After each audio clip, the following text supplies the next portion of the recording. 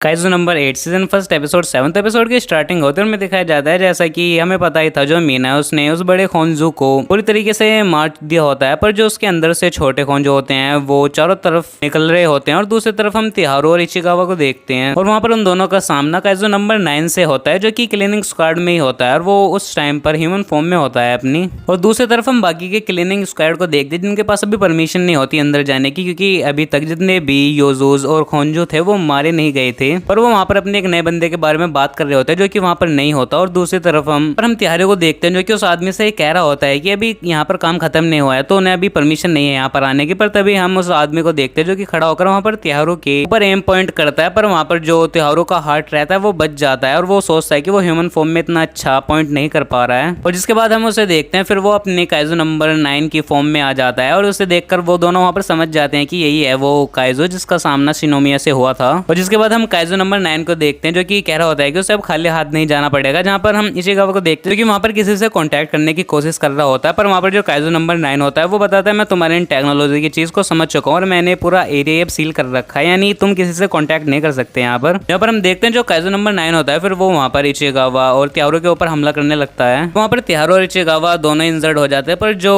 Ichikawa रहता है वो आराम से काइजू नंबर 9 के हमलों को यूज कर लेता है और उनसे बचता है। जहाँ पर काइजू नंबर 9 को समझ नहीं आता कि इचिकावा उसके हमलों से बच कैसे रहा है। जहाँ पर हमें एक फ्लैशबैक दिखाया जाता है जहाँ पर हम शिनोमिया, काफगा और इचिकावा को देखते हैं जो कि उसी वहाँ पर होटल में जब मिले थे। वहाँ पर शिनोमिया ने काइजू नंबर 9 के बारे में बताया था कि जब वो हमला करता है तो अपनी उंगली से पॉइंट करता है, जिसकी वजह से तुम पता लगा सकते हो कि वो कहाँ पर पॉइंट कर रहा है। और इसी वजह से इचिकावा इतनी देर से यहाँ पर काइजू नंबर 9 से बच रहा होता है। जिसके बाद वो वहाँ पर तिहारू से बैकअप बुलाने के लिए कहता है और उसे यहाँ से जाने के लिए कहता है, पर तिहारू वहाँ से जाने के लिए मना कर देता है क्योंकि वो भी इंजर्ड होता है। इचिकावा वहाँ पर उसकी दोबारा जान बचाता है और उससे कहता है कि वो जाकर बैकअप को बुलाकर लाए। जिसके बाद हम देखते हैं तिहारू वहाँ से चला जाता है और जो वहाँ पर इचिकावा रहता है वो यही सोच रहा होता है कि उसे कुछ देर तक यहाँ पर काइजू नंबर 9 को रोकना होगा अपने सारे एफर्ट्स लगाकर, जहाँ पर इचिकावा अपनी पूरी कोशिश करने लगता है। दूसरी तरफ हम तिहारू को देखते हैं जो कि वहाँ से जा रहा होता है, पर तभी वो गिर जाता है और उसे वहाँ पर होशिना की बात याद आती है जहाँ पर उसने कहा था कि तुम में से कुछ लोग ऐसे भी होंगे जो कि 20-30% की पावर पर ही स्टक हो जाएंगे, आगे नहीं बढ़ पाएंगे। और जो तिहारू था उसके साथ सेम चीज हो रही थी, पर साथ ही वो मीना के बारे में भी सोच रहा था, जहाँ पर मीना ने उसे जब बचाया था तो उसने डिसाइड करा था कि वो सबसे पावरफुल बनेगा,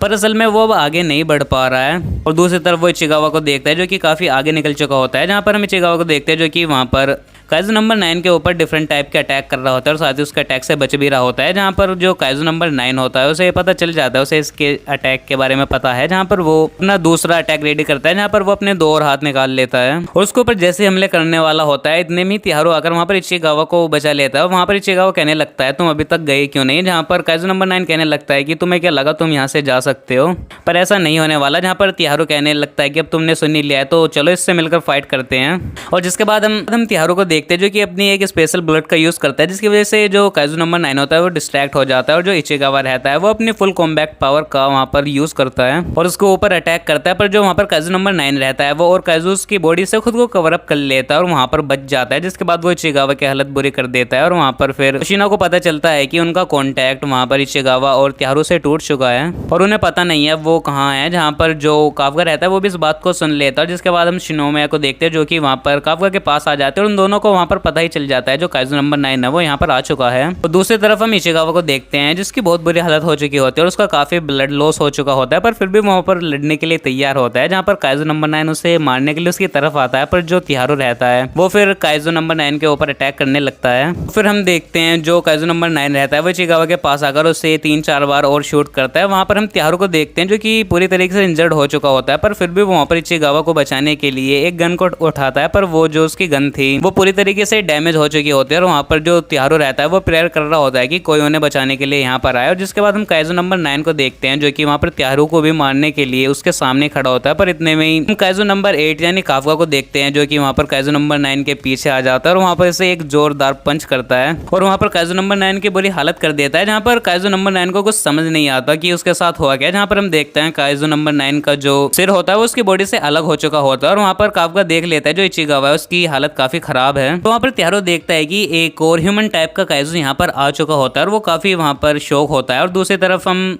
काइजू नंबर 9 को देखते हैं जो कि खुद को जोड़ने की वहाँ पर कोशिश कर रहा होता है और जो काफका रहता है वो वहाँ पर इचिगावा को एक तरफ लाकर बैठा देता है और साथ ही वहाँ पर काफका इचिगावा से कहता है कि तुम फिक्र मत करो, मैं इसे संभाल लूंगा। जहाँ पर जो इचिगावा रहता है उससे वहाँ पर कुछ अच्छी फीलिंग नहीं आ रही होती काइजू नंबर 9 के बारे में। वहाँ पर काइजू नंबर 9 वहाँ पर काफका से कह रहा होता है कि तुम भी तो मेरी तरह काइजू हो, तो तुम मेरे रास्ते में क्यों आ रहे हो। वहाँ पर जो काइजू नंबर 9 रहता है वो ये भी कहता है तुम काफी पावरफुल भी हो, तो मैं तुम्हारी बॉडी को आगे चलकर यूज भी कर सकता हूँ। जिसके बाद हम देखते हैं काइजू नंबर 9 वहाँ पर काफका के ऊपर अपनी बुलेट से हमला करता है, जिसकी वजह से काफका वहाँ पर थोड़ा सा इंजर्ड हो जाता है और फिर वहाँ पर काइजू नंबर 9 अपनी पूरी पावर का यूज करता है, जिसे देखकर त्यारो समझ जाता है कि काइजू नंबर 9 इतनी देर से अपनी पावर का यूज ही नहीं कर रहा था, जिसे देखकर वहाँ पर काफका भी बहुत ज्यादा सीरियस हो जाता है। जिसके बाद जो काफका रहता है वो अपनी एक रोर में जो काइजू नंबर 9 का हमला था उसे काउंटर अटैक कर देता है और जिसके बाद फिर हम काफका को देखते हैं जो कि वहाँ पर काइजू नंबर 9 की बुरी हालत कर देता है मारते हुए और साथ ही उसके ऊपर इतने हमले करता है कि वो खुद को वहाँ पर हील भी नहीं कर पा रहा होता। और जिसके बाद जो काफका रहता है वो उसे एक जोरदार पंच करता है और उसका कोर एक्सपोज हो जाता है। जिसके बाद जो काफका रहता है वो वहाँ पर उसके कोर को खत्म करने के लिए आ रहा होता है, पर इतने में जो बाकी